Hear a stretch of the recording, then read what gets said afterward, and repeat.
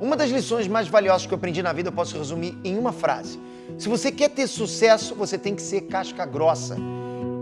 Isso eu não li em nenhum livro, eu não vi em nenhum curso, eu não ouvi de nenhum mentor. Eu não tive essa sorte, tá? Eu tive que aprender isso na marra, depois de falhar várias vezes, ter que recomeçar e construir do zero. Essa frase me faz lembrar de uma cena do filme Rocky, que fala assim: ninguém vai bater tão forte como a vida. Não se trata de bater forte, se trata de quanto você aguenta apanhar e seguir em frente, o quanto você é capaz de aguentar e continuar tentando. É assim que se consegue vencer. Nesse documentário eu quero te apresentar um pouco da minha história, de uma forma que eu nunca revelei antes e te mostrar quais são os passos que eu dei para ser casca grossa. É o que funcionou para mim, talvez possa funcionar para você também. Fala galera Trunks, Peter aqui para apresentar para vocês, acho que um lado que vocês não conhecem, ok? Eu vou mostrar para vocês em detalhe minha trajetória. Então eu tô trazendo isso para vocês em forma de documentário. Eu quero que vocês entendam pelo que eu passei, para mostrar que eu tenho certeza que muitos de vocês estão passando pelas mesmas coisas que eu passei ou vão passar pelas coisas que eu passei. E com certeza vocês têm totais condições de atingir tudo que eu consegui. Vocês vão entender por quê. Essa é a história da minha vida.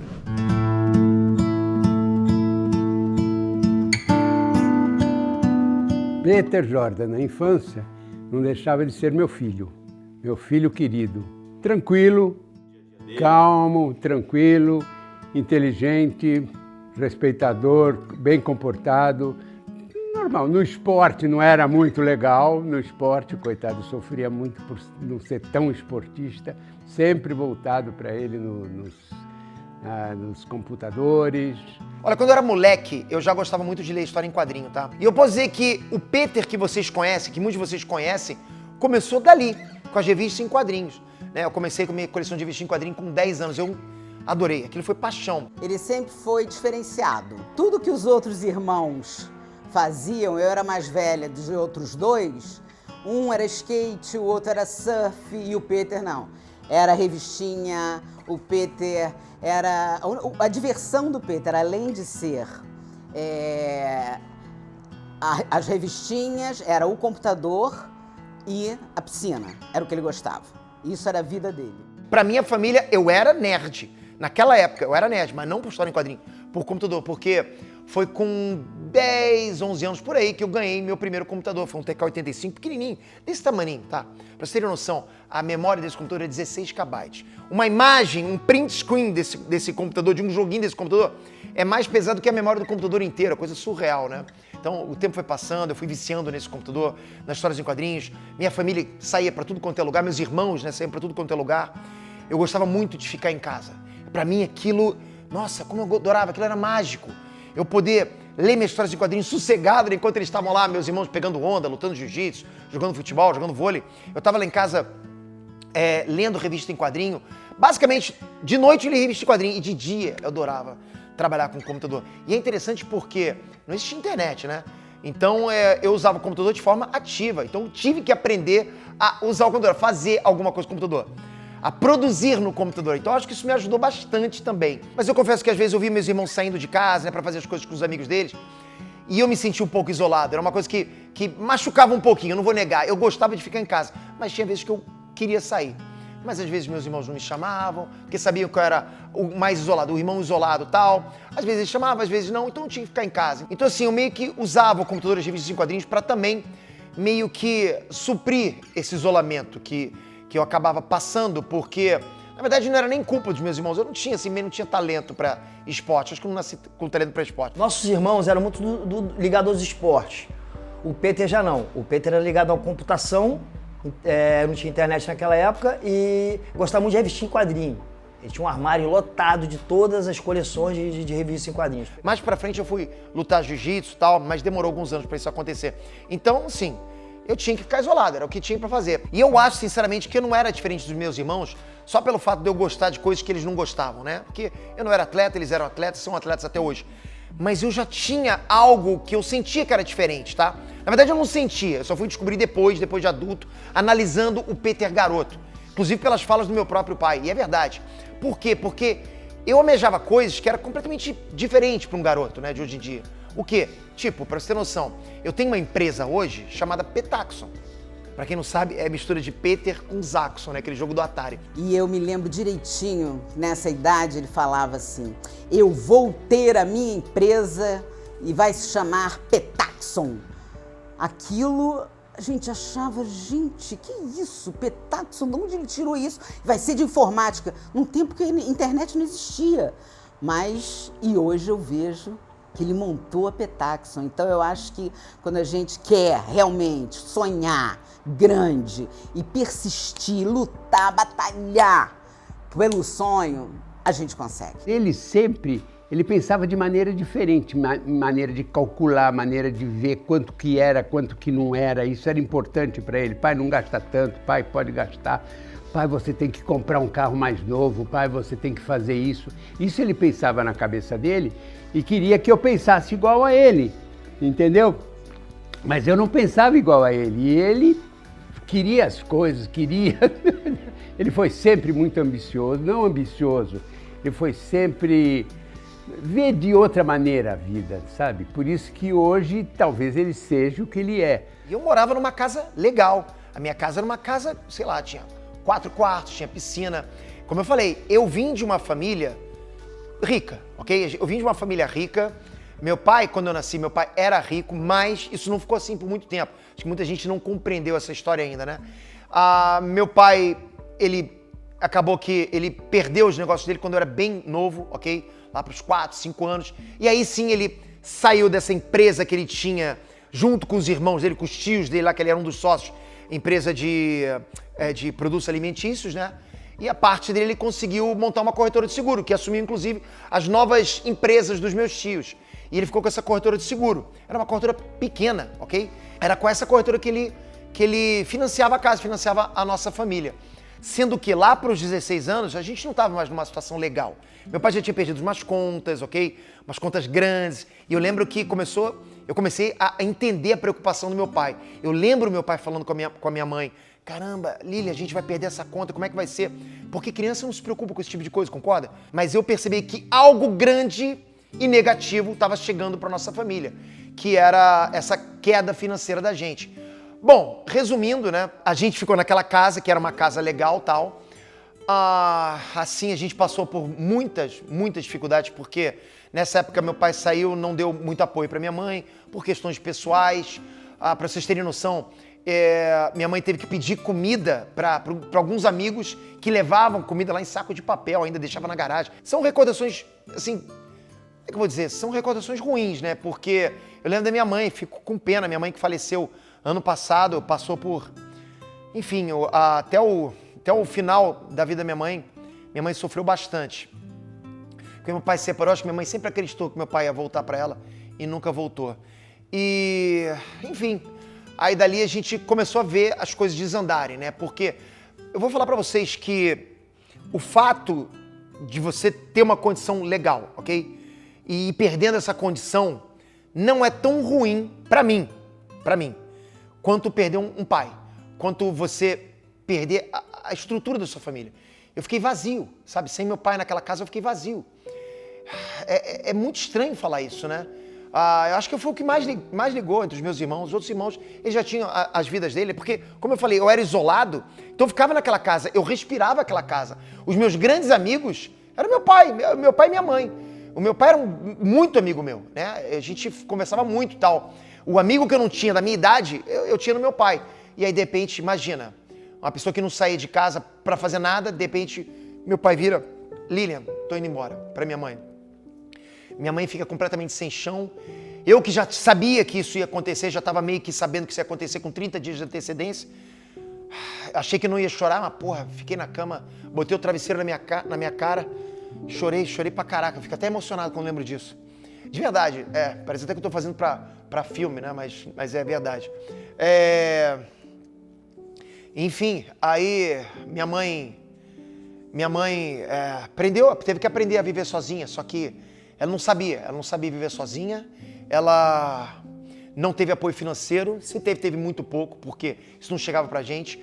Ela teve que vender aquela casa e muitos de vocês vão pensar: poxa, mas então ela teve um dinheiro, né, para se sustentar com aquela casa. Bom, aquela casa, eu lembro direitinho que ela foi avaliada na época em $1 milhão, que é muita grana, ok? Só que ninguém comprava, né? Aquela coisa, a casa não vale quanto é avaliada, vale quanto vende. E ela vendeu aquela casa por 210 mil dólares. Esse número não saiu da minha cabeça.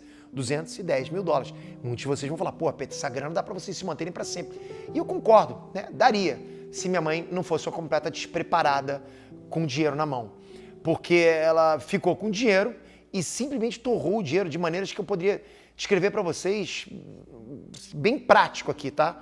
Ela gastou com perfume, com sapato, deu dinheiro para as amigas, deu dinheiro para pessoas da família. No final das contas, comprou uma casa em Maricá, que, enfim, né? Comprou a casa em Maricá com o dinheiro que sobrava e depois, no final das contas, não sobrou mais nada. Nada, zero, tá? Mas antes de chegar em Maricá, né, a gente passou por algumas situações complicadas, né? Antes de chegar em Maricá, a gente teve que ir morar na casa da minha avó. Minha avó que morava num apartamento lá na Joaquim Nabuco, em Ipanema. E isso foi uma coisa interessante, por quê? Porque eu sofri talvez o maior baque social da minha vida. Como assim, Peter? Eu era uma pessoa completamente reclusa, isolada. Só saía os finais de semana para encontrar os meus amigos no clube, no Costa Brava, né? No clube lá no Joá. E de repente fui morar na casa da minha avó de favor, né? Com a minha mãe, no Arpoador, no primeiro andar, num local onde tinha muita gente. Eu fiquei nervoso, falei, caramba, eu tô indo para um local que não conheço ninguém me conhece, né? Fiquei nervoso, a gente nunca gosta, né? É como mudar de colégio, a gente não fica nervoso quando muda de sala de aula. Então, eu fui para lá, eu sei o seguinte para vocês, foi uma coisa surreal, adorei. Eu fui para lá, a gente conseguiu se manter, minha mãe se manteve muito tempo com o dinheiro da casa, ali naquela situação ali, tá? E eu adorei conhecer muitos amigos. Eu conheci muitos amigos lá no Arpoador e aquela coisa, né? As pessoas que chegavam no primeiro andar, Peter, tá aí em cima. E sim, eu tava. Então era muito bom, tinha muito amigo. E nesse momento, eu nunca mais toquei em computador. Não lia mais revista em quadrinhos, simplesmente acabou. A época nerd minha sumiu, desapareceu. Eu fiquei um tempo assim, só que, como eu falei, minha mãe acabou que nesse período aconteceu uma coisa lá, ela entrou em acordo com meu pai e tal, acabou comprando uma casa em Maricá. Ela falou, a gente vai se mudar para Maricá. Para mim aquilo foi um baque, eu não conhecia essa cidade. E aí eu falei, pô, vai parar minha vida aqui. Só que ao contrário, aqui eu tive uma vida social maravilhosa, aqui eu conheci essa senhora que tá aqui, ó. Eu lembro exatamente daquela vez, aquela ocasião que eu olhei a Andressa. Foi em Maricá, foi através dos amigos, né, lá de Maricá, que foi apresentando, o Christian, o irmão dele, me apresentou ele, e foi no Ano Novo, Carnaval, acho que foi no Ano Novo, foi véspera de Ano Novo que eu conheci ele, no Carnaval eu já conheci ele sim. E foi assim, a gente estava num bar. Caramba, a Andressa estava com um arquinho aqui na cabeça, magrinha pra caramba, né, com um shortinho. Eu falei, uau, que gata. E ela que tinha me visto primeiro, né? Ela já falava que me via já há um tempo. Quando a gente se encontrou, ela falou, já te conhecia, né? Mas ela sempre falava que eu era um cara que falava alto. Então, nossa, ele é bonito, ele é bonitinho, mas fala alto, né? Ah, deixa ele lá. Galera, é o seguinte, ó. Esse bar aqui, que eu não vou entrar ali pra não incomodar ninguém, que não tinha essa cerca, não tinha nada, mas foi aqui que eu conheci a Andressa. Nesse ponto aqui, nesse poste. Eu tava ali dentro, a Andressa aqui na rua. Essa rua era de barro, ok? Ali foi... Bom, digamos que começo de tudo, né? Eu, quando conheci o Peter, ele era um pretendente para minha filha. E como todo pai, a gente fica sempre com o pé na frente e outro atrás, até adquirir confiança. E isso não demorou muito tempo, não. Logo eu adquiri confiança nele, ele conseguiu se estabelecer bem na nossa família e, graças a Deus, permanece até hoje. O Peter era jovem, né? Na época ele devia ter uns 20 anos, mais ou menos. É um menino tranquilo, sabe? E é isso, tranquilo. Já desde essa época que eu conheci ele, já era esforçado no estudo, apesar de estudar sozinho, né? Ele nunca frequentou. Ele começou a faculdade e parou. Mas mesmo assim ele não parou de estudar. Sempre com os livros, sempre lendo.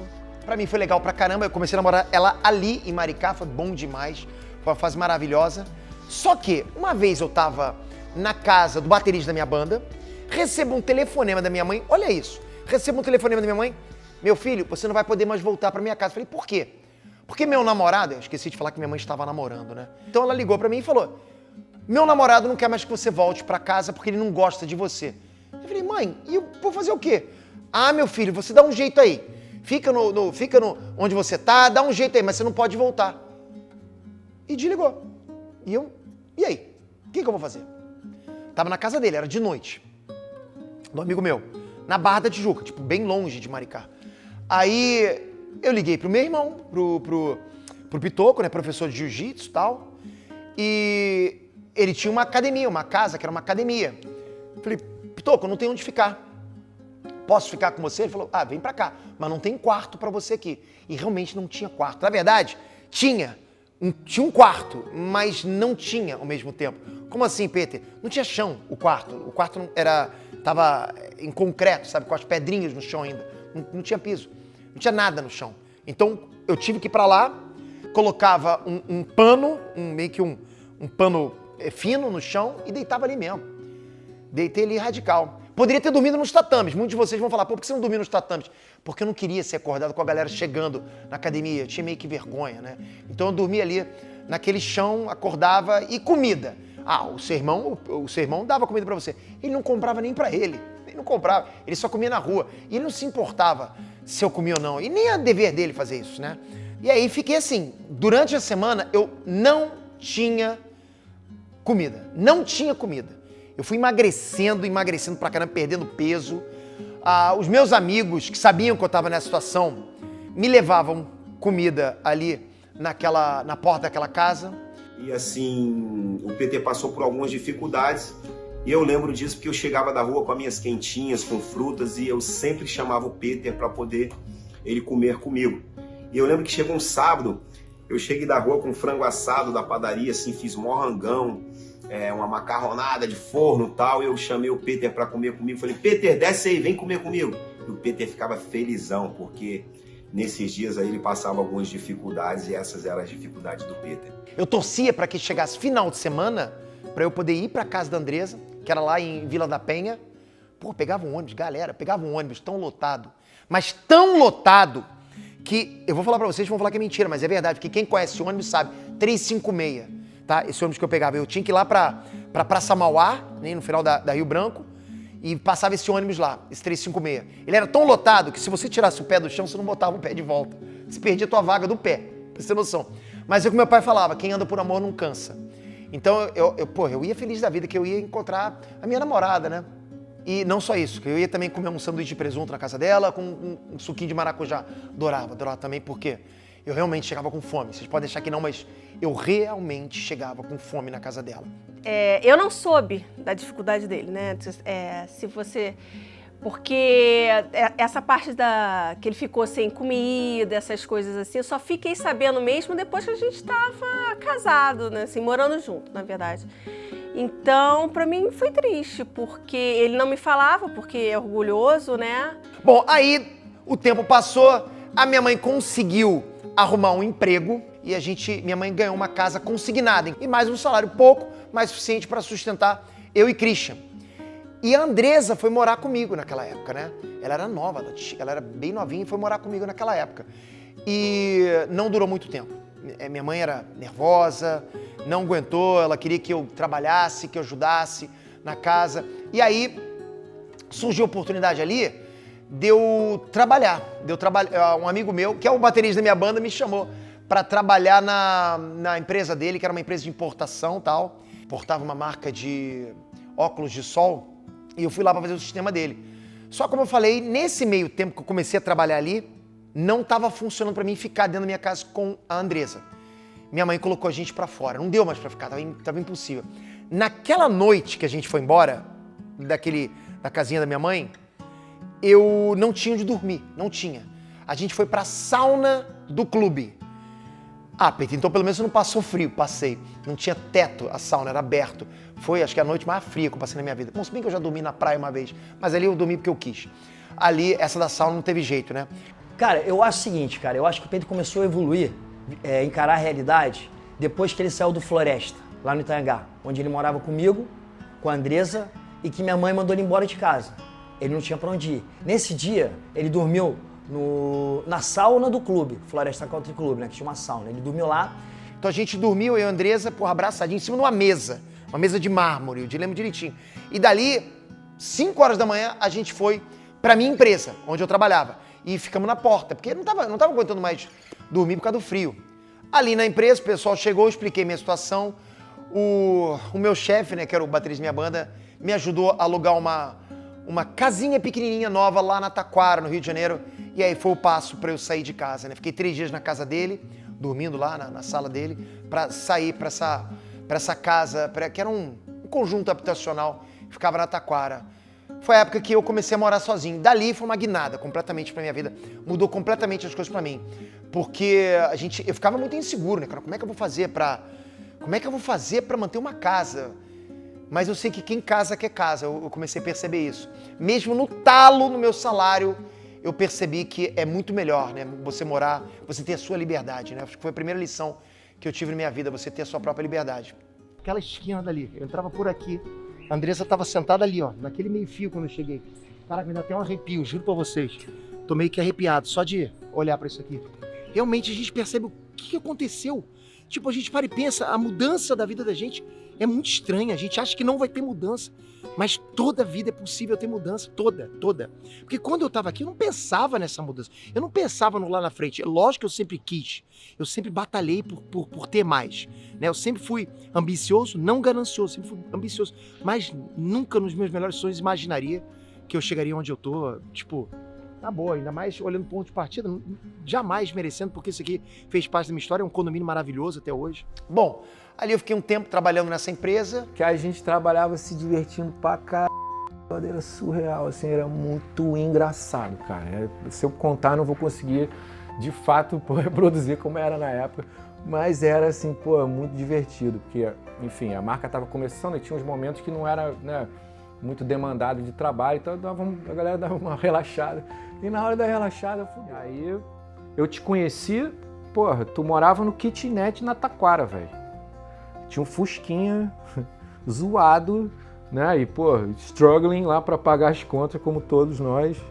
Mas, porra... Mas assim, e o Peter sempre pra mim foi um cara, tipo, meio cérebro, né? Ele é um gênio, assim. O Peter é gênio, né? Tipo, essa parada que ele tem com a matemática, de programar, que fica fazendo conta assim no vazio. E era muito complicado, porque apesar de ser um ambiente muito divertido, gostei muito dos amigos que eu fiz ali, eu não ganhava bem, eu ganhava um salário baixo, eu tinha que viver muito apertadinho ali. Assim, eu queria dar algo a mais pra minha mulher, né? Ainda mais pro meu filho que estava nascendo ali. O Breno nasceu. Naquele momento o Breno nasceu, né? Então o Breno nasceu na época de vacas magras. E dali eu lembro que eu fui para uma outra casa, numa vilazinha que tinha ali na Taquara, pertinho da minha primeira casa na Taquara. Fui para uma outra casa, mas era uma casa maior.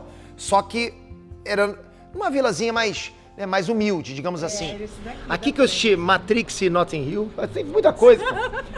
Meu PlayStation ficava ali. Vamos tirar uma foto para registrar. E o quarto do Breno lá atrás. E, cara, tem tanta coisa que eu posso falar aqui, cara, mas, tipo, muita coisa mesmo. Meu primeiro corredor do lado da casa, que era só meu. Então, tipo, pra mim, eu queria aproveitar cada espaço da casa. Olha, tá vendo isso aqui? Achava demais isso, cara. Falei, caraca, olha só, agora eu tenho um local pra poder fazer um churrasco. Eu tinha um local pra reunir a galera em mesas. Que não tinha, porque eu saí da casa da minha mãe e fui pra aquele apartamentinho pequeno. Daí vim pra cá. Pra mim era uma casa, cara, tipo uma casa monstruosa. Então eu acho bacana que meu salário era o mesmo, ok? Meu salário era o mesmo. Mesmo assim, consegui que coubesse no meu orçamento. Foi bacana, cara. Foi fase boa, cara. Imagina a nossa surpresa quando a gente descobriu que a nossa vizinha que cuidou do Breno há 21 anos atrás ainda morava ali, naquela casa. Cadê o meu menino? O Breno tá grande, ele cara. agora, nesse momento, ele está viajando. Que saudade. E Getúlio, como é que tá? Getúlio descobriu vocês. Você sabe que a gente nunca abandona as raízes. A gente sempre pensa em você. Você pode achar que não, mas a gente sempre pensa em você.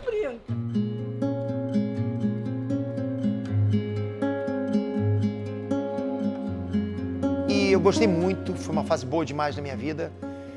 E eu tava prestes a ser demitido dessa empresa que eu tava, então eu tava ficando muito nervoso, né? Cheguei até a ser demitido, eu não trabalhava todos os dias da semana, fiquei trabalhando ali só 2 dias da semana e trabalhava mais 3 dias da semana para um amigo meu. Sabe que amigo? Aquele que me ensinou a programação.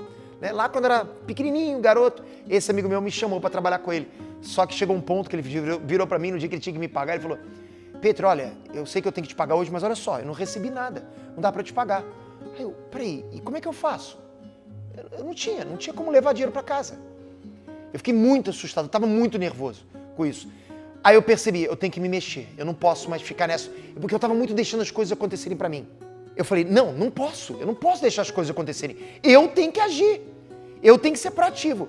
Eu fui e coloquei meu currículo na internet. E aí eu fui chamado, né? Fui chamado para trabalhar na Vesper, numa empresa de telefonia. Fiquei 3 meses ali, o mesmo currículo que eu deixei na internet, eu esqueci lá na internet, e 3 meses depois fui chamado para trabalhar em Petrópolis, lá em cima na região serrana, na General Electric. E era um salário maior, então aquilo, lógico, aquilo vai assediando a gente, aqueles valores, né? A gente vai mudando o padrão de vida. E é lógico que eu teria que aceitar, eu não poderia negar. Só que antes de eu bater o martelo e aceitar, porque só precisava eu aceitar, a Andresa subiu com a mãe dela e alugou um apartamento do lado, muro colado com o meu trabalho. Né, eu vou ter que trabalhar em Petrópolis. Eu fui, então eu não vou fazer você pegar 2 horas de ônibus. Eu fui, né, procurei um apartamento lá, do lado, a gente conseguiu. Então tudo que onde eu podia ajudar, eu tô ali, né, para ajudar. Porra, isso foi surreal, né, porque eu começava na segunda-feira, subi num domingo, numa mudança, levei tudo aquela vilazinha que eu falei pra vocês que eu tava morando, levei tudo pra lá, né, no Bingen, em Petrópolis, nesse apartamentinho bacana, bem diferente da minha casinha que eu morava. E na segunda-feira só tive que andar alguns metros, já estava no meu novo trabalho. Esse é o prédio que eu me mudei para Petrópolis, ó. Foi aqui que começou o Cifras. Isso é interessante porque eu comecei a programar ali, no primeiro andar, no lado de trás. E assim, é uma sensação bem nostálgica acompanhar isso agora, né? E ali eu fiquei durante 1 ano.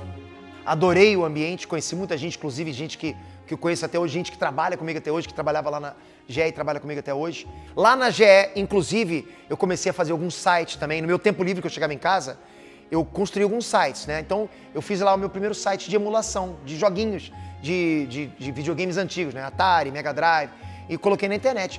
E esse site, tá? De 99 para 2000, foi o site que eu ganhei meu primeiro cheque de $50.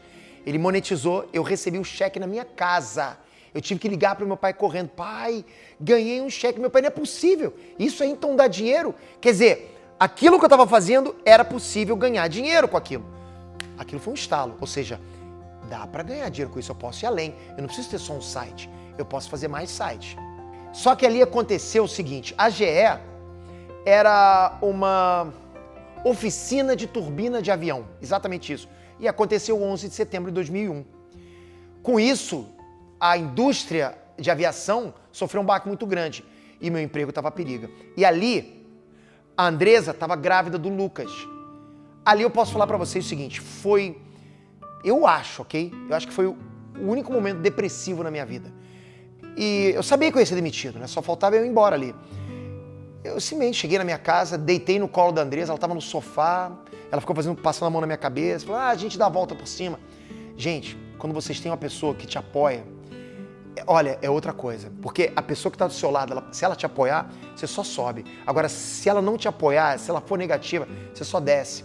Eu tive a sorte de ter a mulher que eu tenho, com certeza, absoluta. Pra mim, eu sou uma pessoa muito calma, então eu tinha muita fé nele, né? E eu fiquei nervosa, não vou falar que não fiquei, né? Mas eu acho que eu tinha tanta fé nele que eu sabia que ele ia superar isso tudo, que ele ia conseguir, né? E eu tranquilizei ele, me tranquilizei e acreditei. E dei a maior força pra ele, né?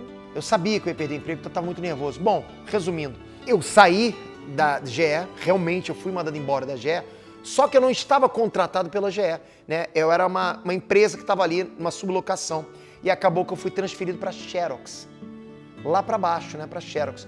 E olha que interessante, lá na Xerox surgiu a ideia de fazer um site chamado cifras.com.br, que muitos de vocês conhecem. Foi com o telefonema do baterista da minha banda, que era o meu ex-chefe. A gente continuou tocando, né? Em alguns momentos, assim, volta e meia ele me chamar para tocar em algum bar. Peter, vamos tocar, vamos tirar a música Beautiful Day do U2? Falei, pô, vamos, mas essa música é muito alta para mim. peraí, mas eu sou programador, eu posso fazer um site que modula o tom, que mostra os desenhos dos acordes. E aí surgiu o Cifras. Só que o Cifras surgiu lá na Xerox. Só que esse período para mim foi muito complicado, muito complicado. Por quê? Porque eu tinha que estar lá às 9 horas da manhã, lá no Rio de Janeiro. Para isso acontecer, eu tinha que acordar às 5. Às 5 horas.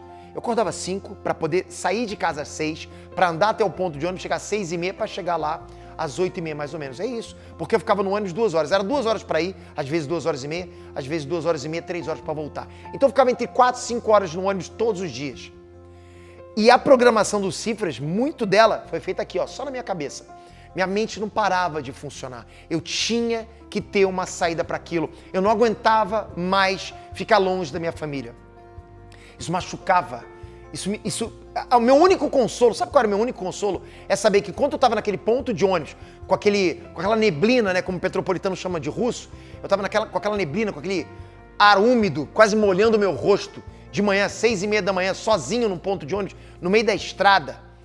Meu único consolo é saber que os meus filhos estavam lá, naquele apartamentinho, junto com a minha mulher, dormindo no quentinho.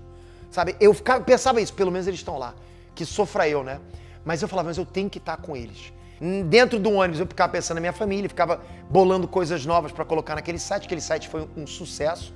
Muita gente acessava, os acessos foram vindo muito rápido.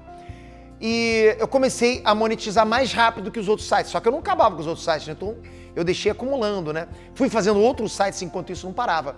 E aí eu fiz inclusive a versão do Cifras em inglês. E aí veio uma coisa que eu posso dizer que foi uma grande mudança de vida para mim. Tá vendo essa casa daqui?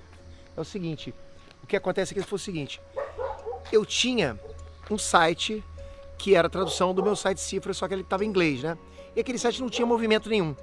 Não tinha praticamente acesso. Aí uma vez meu pai chegou para mim e falou o seguinte, meu filho, eu tenho um terreno para você comprar. Você não tem interesse em comprar? Acho que se não me engano eram tipo 12 parcelas de R$1.100, se não me falha a memória. Eu falei, porra, olha, eu até tenho dinheiro para comprar esse terreno, mas como eu não quero me endividar, eu vou fazer o seguinte, vou tentar gerar mais uma fonte de renda para mim. Isso realmente foi um ponto, olha, foi uma mudança na minha vida completamente, isso que eu tô falando para vocês. Essa decisão foi uma mudança na minha vida, né? Eu procurar uma fonte de renda extra para minha vida em algo que eu já tinha. Então o que eu pensei? Olha, eu já tenho o eCortes, que é o meu site Cifras traduzido para o inglês. Eu vou pegar e vou vender a assinatura desse site. Para a pessoa entrar lá, vai ter que pagar para ter alguns recursos ali dentro. E aí foi um sucesso, as pessoas foram comprando cada vez mais as assinaturas, foi com esse dinheiro que eu comprei esse terreno aqui, que hoje já não é mais meu e tem uma casa. E aí o que acontece? Eu percebi que eu estava começando a ganhar muito mais fora do trabalho do que no trabalho. Mesmo assim, eu não pedi demissão do trabalho. Porque eu vi o trabalho como um porto seguro. Sabe, tantos anos trabalhando, é algo que está ali todo mês. Aquilo que eu estava conseguindo de novo era uma novidade. Eu não sabia se ia ter no dia seguinte, era tudo novo para mim. Era tudo novo. A monetização por anúncio, né, por patrocínio, a venda de conteúdo digital, isso tudo era novidade para mim, mas não parava de crescer. E eu sabia desde mim, poxa, eu posso pedir demissão. E para pedir, e a coragem para pedir.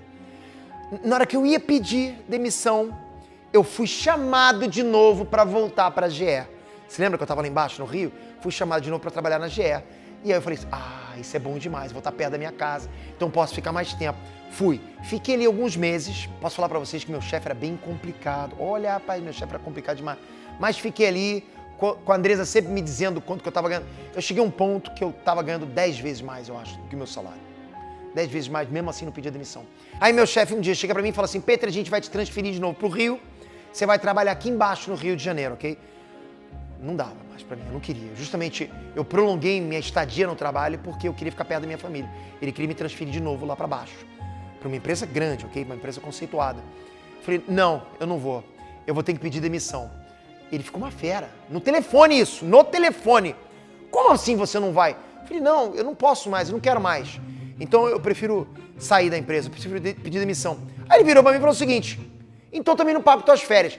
Exatamente isso, assim, surreal, né? Não te pago tuas férias. Como assim? Tipo, ele tem o direito disso? Eu não manjava muito, ele pode fazer isso. Eu era pessoa jurídica, eu era PJ, né? Já tinha aberto a Petaxo, né? Eu era PJ pela Petaxo.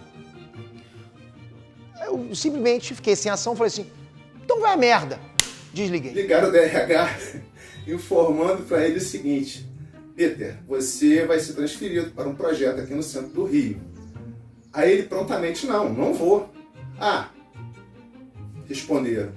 Então vamos cancelar as suas férias. Aí ele, ok, então vai a merda. Aí todo mundo se entreolhou e falou assim, cara, que isso? Tá maluco? Eu moro aqui do lado, eu vou ter que despencar pro Rio todo dia. Tá vendo esse edifício aqui? Foi ali que eu decidi que eu ia embora, que eu não ia mais continuar a trabalhar. Foi ali que eu mandei meu chefe ir a merda. Foi a última vez. A última vez que eu tive aqui foi naquele prédio no andar de baixo, tá? Foi o que eu fiz. Na mesma hora, todo mundo tava comigo naquela sala, uma sala pequena, todo mundo tava batendo, o computador fez assim, ó. Tipo, cara, você mandou o teu chefe pra esse lugar? E eu fiquei nervoso, falei, tipo, não tem mais volta, né? Mandei meu chefe pra M, não tem mais volta. Eu sabia que eu ia ser demitido. Eu tava já colocando minhas coisinhas ali dentro, né? Da minha caixinha. Nessa hora, liga o meu chefe de novo pra mim. Ô, Peter, pô, vamos acalmar, a gente tá com os ânimos à flor da pele e tal. Ele tentou me convencer de ir, eu falei, olha, desculpa, né? Peço até desculpa do jeito que eu falei com você, mas realmente não dá por enquanto, a gente se fala depois. Bom, resumindo, dali eu pedi demissão, eu fui embora para essa jornada, para onde eu tô aqui agora, né? Dali eu não parei mais, nunca parei mais de trabalhar, dali que começou todos os projetos que eu tenho até hoje, dali que começou o CIV, dali que foi para as redes sociais. Foi impressionante a subida que eu tive, dedicação pura, foco, planejamento. Eu não queria parar mais de trabalhar, eu adorava trabalhar para aquilo. Cara, acho que o que eu mais aprendi com meu pai é que não adianta você só querer uma coisa, entendeu? Tipo, acho que você tem que lutar pra ter isso. Tipo assim, meu pai, ele... eu sempre, desde criança, eu vi que meu pai sempre foi muito determinado, ele trabalhava 24 horas e... Acho que o que eu aprendi com ele mais foi, tem que ter determinação. Acho que é isso. Ele gosta de trabalhar. Tipo, ele precisa trabalhar, ele tem que trabalhar. Ele é uma pessoa que, tipo, ele realmente tem a determinação e ele não sacrifica o tempo porque ele gosta do tempo que ele trabalha. É tipo, eu acho isso absurdo. Ele é uma pessoa que tudo que ele faz bem. Ele faz, tipo, ele realmente bota tudo que ele pode naquilo. E daí não parei mais, né? Dali foi só... Pra mim foi uma jornada só de sucesso. Lógico, né? A gente teve alguns momentos de baixo quando eu quis sair do digital, né? Quis entrar em coisas que eu não conheço, como por exemplo o meu restaurante lá na Barra da Tijuca, que foi só fracasso. Mesmo assim, eu estava muito ancorado em tudo que eu fazia na parte do digital. Mas pelo menos eu aprendi também, né? A gente nunca deve fazer algo que a gente desconhece, tá? A não ser que a gente tenha um suporte muito grande trabalhando com a gente, né? Alguém que possa ajudar a gente. Enfim. E é engraçado que durante essa trajetória, algumas coisas acontecem sem você perceber. Porque se você perguntar, Peter, quando que você percebeu que você estava bem financeiramente, sabe? Quando você percebeu que as coisas mudaram para você? Porque assim, tipo, não é um interruptor, sabe? Você aperta, pronto, hoje eu tô bem financeiramente, hoje eu estou rico. Não é assim. As coisas vão acontecendo. Você quer ver uma coisa muito interessante? Eu sempre entrei num restaurante e olhava o cardápio antes de comer. E eu ia no que era mais barato, né? Pô, eu não podia pegar um prato muito caro. E chegou um ponto que eu mesmo virei pra Andressa, Andressa, você tá percebendo que nos últimos restaurantes a gente não tem mais olhado o preço do cardápio? Ela, é verdade. Essas coisas vão mudando na gente. Quer ver outra? Eu sempre escolhi entre Toddy e Nescau, o que era mais barato. Só que chegou um ponto que eu comecei a pegar o que eu tava a mais afim. Eu pensei, caramba, a gente não tá mais escolhendo as coisas no supermercado por preço. Não escolhe mais. Então, isso vai mudando você. Essas coisas fazem você perceber que realmente você mudou, né? Porque se você perguntar quando foi o dia, para mim foram nesses dias, né? Foi quando começou, né, o Quick Chords, né? Começou a dar, acho que o quê? Ele criou cifras, 1 ano e meio depois ele já estava bem. A gente saiu do apartamento que a gente morava e fomos para uma casa. E com gramado, assim. Ali eu falei, nossa, a gente tá mudando de vida ali. Foi... Ó, eu lembro direitinho do dia que eu abri essa porta pela primeira vez, deixei meus moleques entrarem pra mostrar, isso aqui é a casa de vocês agora, eles correndo pela grama que tem aqui em frente. E se não fosse a internet, não tem nem dúvida que essa independência financeira que eu atingi tão cedo, eu não teria atingido. A internet me deu asas, eu posso falar isso, né? Desde o início, desde lá de trás, do milênio passado, que eu vejo a internet como o maior potencial que existe atualmente. Sempre, se vocês me perguntarem, onde que está o dinheiro, né? Onde que tá as oportunidades? Estão na internet. Antigamente era fora, hoje é aqui. Todo mundo entrando na internet. Eu não consigo mais imaginar alguém que desconsidera a internet, sabe? Como o potencial para disparar, para voar financeiramente, para ter sucesso, para ser bem sucedido.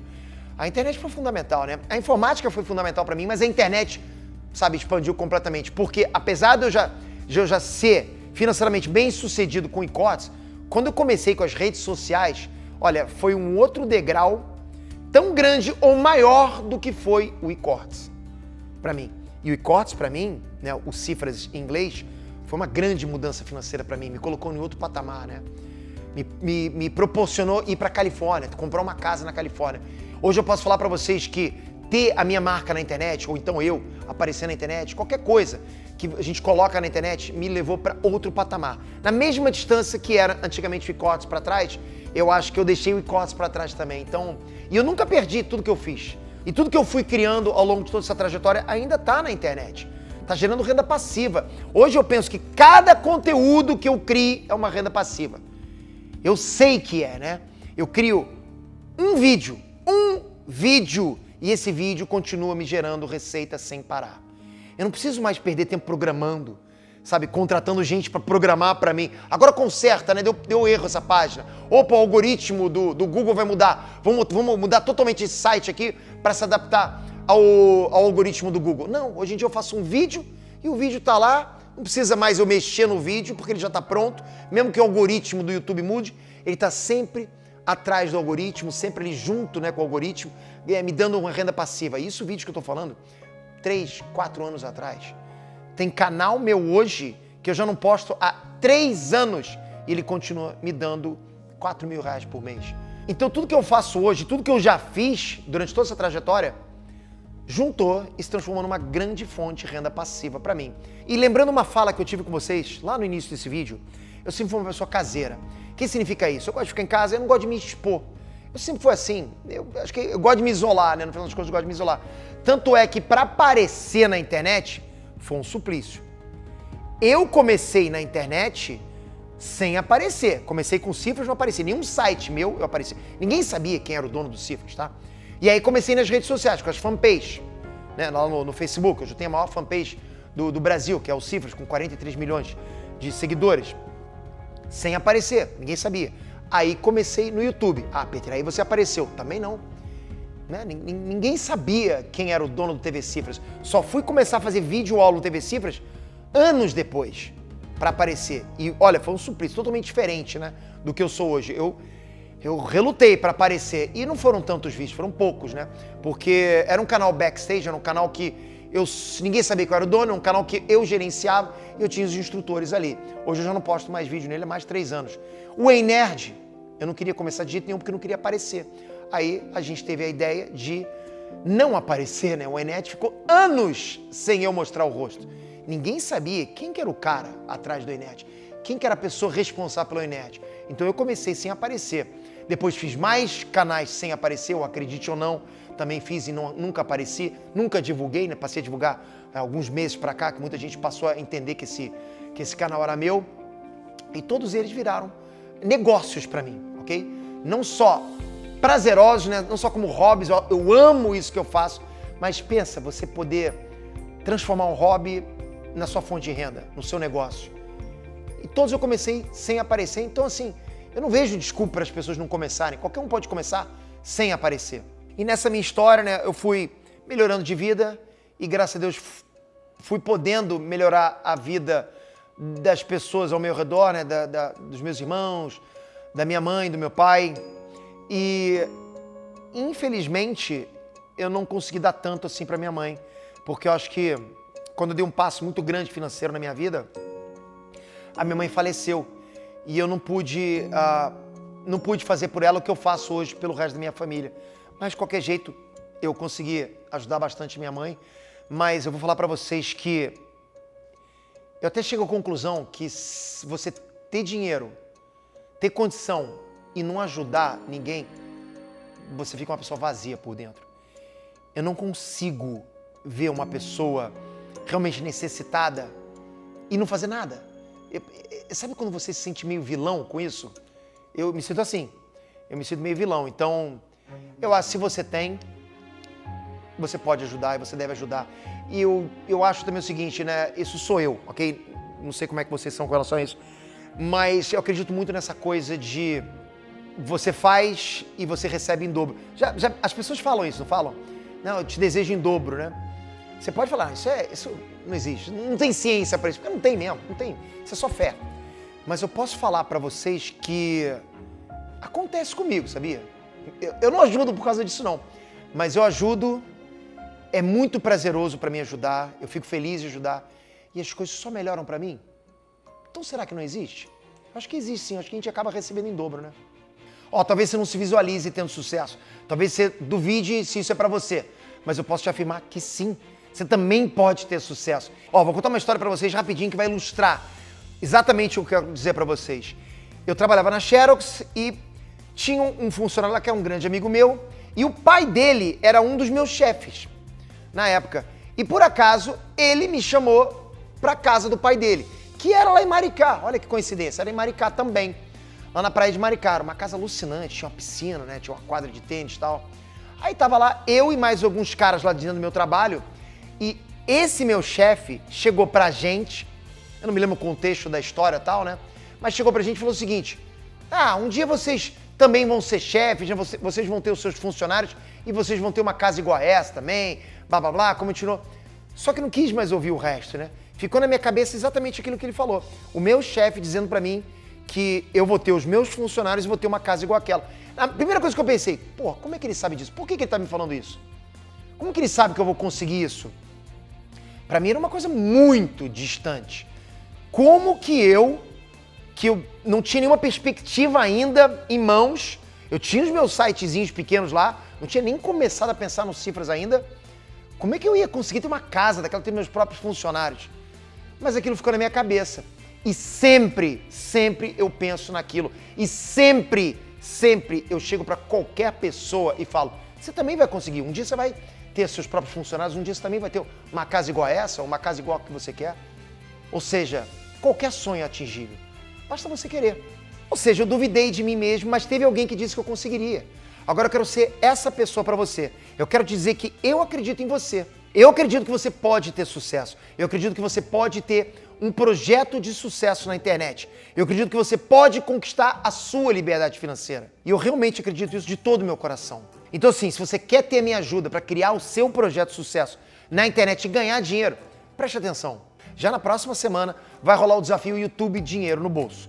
Vão ser uma série de lives onde eu vou te ensinar de graça a melhor forma de começar no YouTube e gerar renda rápida e renda para sempre. 2 caminhos para você, ok? Você vai aprender a criar um vídeo que não dependa de inscritos, do zero, a te dar dinheiro na primeira semana, nos primeiros 7 dias. E eu vou te mostrar também um outro modelo onde você consiga todos os dias ganhar visualizações e inscritos para te gerar renda para sempre, renda passiva. Cada vídeo vira uma renda passiva.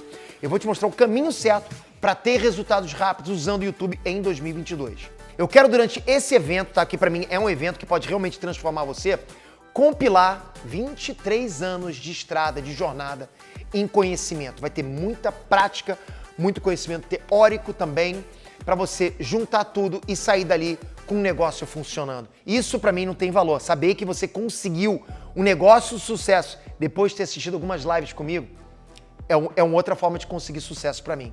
Mas, Peter, o YouTube tá cheio de conteúdo grátis, onde a gente pode aprender. O que o seu vai ter diferente? Presta atenção. Sim, meu próprio canal Nerd de Negócio tá cheio de conteúdo gratuito para você. Só que isso não é só conteúdo gratuito que eu vou fazer nos dias 15, 16, 17 e 20. O desafio YouTube Dinheiro no Bolso é um movimento. Você vai sair dali com vontade de fazer acontecer. Você vai me acompanhar em lives. A gente vai conversar. Você vai entender tudo, um passo a passo. Não são conteúdos aleatórios. É um modelo de negócio para você. Não tem falha. Tipo, milhares de pessoas já conseguiram sair dali com o negócio funcionando. E como que você faz para se inscrever? É de graça. O link está aqui embaixo na descrição ou no comentário fixado. Toca agora, se inscreve, você já vai começar inclusive a receber material. Vai ser bacana demais. A sua jornada está começando agora. Grande abraço, obrigado por ter me assistido até aqui. Te vejo lá.